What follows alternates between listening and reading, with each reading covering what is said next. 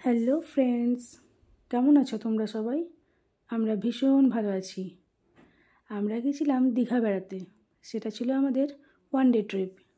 গেছিলাম একদিনের জন্য, বাট একদমই পোষায়নি, 2-3 দিন থাকতে পারিনি বলে, কারণ হাতে অতটা সময় ছিল না, তাই আমরা একদিনের জন্য গেছিলাম। তো আমরা নাইটে বেরিয়েছিলাম, সারা রাত গাড়ি চলেছে, ভোরবেলায় আমরা পৌঁছেছি দীঘা। সেখানে গিয়ে সামান্য হালকা ফুলকা ব্রেকফাস্ট করেই আমরা বেরিয়ে পড়েছি মাছের সন্ধানে। মানে দুপুরের খাওয়া দাওয়া করতে হবে তো তাই কোনো রেস্টুরেন্টে না খেয়ে আমরা বেশি ভালো, আমাদের ইচ্ছে ছিল আর কি নিজেরা রান্না করিয়ে খাবো এরকম। তাই আমরা বেরিয়ে গেছি মাছের বাজারে মাছ দেখতে আর কিনতে। দেখো চলেও এসেছি। আর এখানে এসে আমার হাজব্যান্ড, নন্দাই, আরও যে বন্ধুরা এসেছিলো ওরা সবাই মিলে কথাবার্তা বলে ঠিকঠাক করে মাছ কিনছে।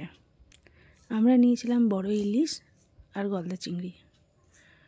তো জাস্ট কি বলবো, দুপুরের রান্নাটা এতটাই সুন্দর হয়েছিল যে এখনও পর্যন্ত মুখে লেগে আছে।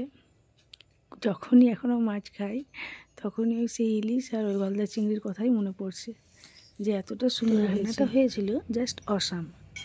আমার মেয়ে সৃষ্টি, ও কখনো গলদা চিংড়ি খায় না, পাতে দিলেই তুলে দিত, বলতো না খাবো না। কিন্তু দীঘাতে রান্নাটা এতটাই সুন্দর করেছিল যে ও একবার পাতে নেওয়াতে তোর পোষালোই না, খাওয়ার পরে ও বলছে আমাকে আরও একটা দাও। বুঝতেই পারছো কতটা সুন্দর তার মানে হয়েছিল রান্নাটা, সত্যি খুব ভালো হয়েছিল। এরপর দেখো আমরা পৌঁছে গেছি উদয়পুর বিচ। দীঘা গেছিলাম, তো দীঘার বিচে আমরা স্নান করিনি, কারণ এর আগে যতবারই আমরা দীঘা গেছি দীঘার বিচেই স্নান করেছি। তাই এবার ভাবলো একটু নতুন কিছু ট্রাই করা যাক। হাজব্যান্ড বললো চলো উদয়পুর বিচে তাহলে স্নান করে আসি। এর আগে শুনেছি উদয়পুর, তাজপুর এগুলো সব আশেপাশে আছে, বাট উদয়পুর কখনো যাইনি। তাই বললো যে চলো উদয়পুর বিচে যাই, ওখানে গিয়ে স্নান করে আসি, দেখি কেমন। তো বিশ্বাস করো, ভাবিনি আমি যে এতটা সুন্দর হবে। উদয়পুরে জাস্ট নামতেই খুব ভালো লাগলো। প্রথমে ভিউটাই আমার খুব ভালো লাগলো, তারপর জলে নেমে তো আর কোনো কথাই নেই। খুবই ভালো লেগেছে উদয়পুর বিচটা, স্নান করেও খুব মজা পেয়েছি। তবে একটা দুঃখের বিষয়, ঢেউটা খুব বেশি পাইনি, কারণ আমরা একটু লেট করে পৌঁছেছিলাম। তাই সকাল দিকে আর একটু সকাল দিকে যদি আসতাম তাহলে হয়তো ঢেউটা পাওয়া যেত, বাট যে টাইমে আমরা পৌঁছেছি সেই টাইমে ঢেউটা আমরা পাইনি। তো কখনো কখনো মনে হচ্ছিল যেন পুকুরেই স্নান করছি। তাও নিজেদের মনকে মানিয়ে নিয়ে এনজয় করেছি, যে একদিনের জন্য যখন এসেছি এনজয়টা কেন ছাড়বো। তাই সবাই মিলে আমরা খুব পুরো এনজয়টা করে নিয়েছি। ওই দেখো ঢেউ তো দেখতেই পাচ্ছ কীরকম, হালকা ফুলকা ঢেউ ছিল, খুব একটা বেশি ছিল না। ঠিক আছে, কোনো ব্যাপার না, ওতেই আমরা মজা করে নিয়েছি। আমার ছেলেও চট করে জলে নামতে চায় না, মানে এমনিও জল খুব পছন্দ করে, বাট এই সমুদ্রের জলে নামতে চায় না। পুরীর সমুদ্রে ওকে নামিয়েছিলাম তো ভয়ে উঠে গেছিলো, একদম সামনেই ছিল, জলের ধারেই দাঁড়িয়েছিল। বাট এখানে যখন দেখছে মা, বাবা, দিদি ভাই সবাই জলে নেমে পড়েছে, পিপি, পাপা সবাই নেমে পড়েছে, তাহলে ও একার থেকে কি করবে। ও আস্তে আস্তে সাহস করে নেমেছে আর ভীষণ এনজয় করছে। আমি ভাবিনি যে ওই জলের মধ্যে এতটা খেলাধুলা করবে।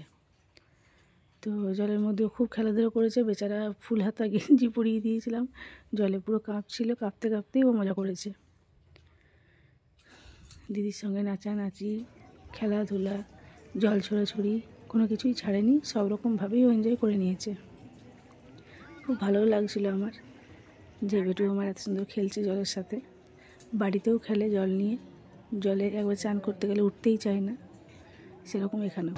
আমরা তার মাঝে একটু ফটোশ্যুট করে নিয়েছি। এরপর দুপুরে খাওয়া দাওয়াটা আমার ভিডিও শ্যুট করা হয়নি।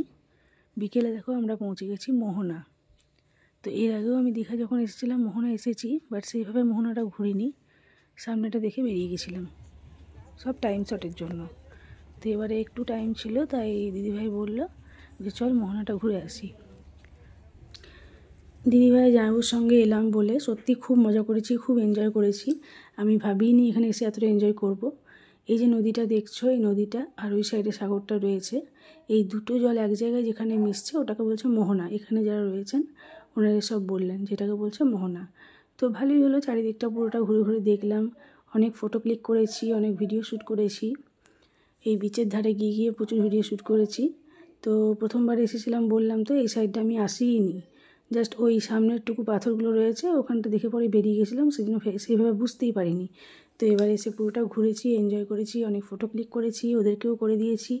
এরকম আমার ভাগ্নে। তো খুব ভালো লেগেছে এবারে মোহনাটা আমার। নেক্সট টাইম যখন দীঘা আসবো মোহনা আবার অবশ্যই আসবো, এরকম ইচ্ছে রয়েছে। সন্ধে হয়ে আসছিল, তাই আর এখানে বেশিক্ষণ থাকা গেল না। তাই আমরা এখান থেকে বেরিয়ে চলে গেলাম আবার দীঘার বিচে। ওখানে গিয়ে কিছুটা বসে গল্প করে আড্ডা দিলাম সবাই মিলে। সবসময় তো হোটেল রুমে ভালো লাগে না, আর আমরা যেহেতু নাইটে ছেড়েছিলাম, নেক্সট দিন আবার নাইটেই ফিরে যাওয়ার আমাদের প্ল্যান ছিল। তাই ওখানে গিয়ে একটু মাছ ভাজা টাছ ভাজা খাওয়া দাওয়ার পর তারপর আমরা গেলাম বিশ্ব বাংলাতে। বিশ্ব বাংলাতে গিয়ে বেশিক্ষণ থাকা হয়নি, ওখানে গিয়ে জাস্ট কয়েকটা ফটো ক্লিক করে তারপর আমরা ওখান থেকে আবার গাড়ি ছেড়ে দিয়েছিলাম বাড়ি ব্যাক করার জন্য। কেউ কিন্তু জানাতে ভুলবে না আমাদের দীঘা ট্যুর ব্লগটি কেমন হয়েছে। Tata, bye bye, thank you so much.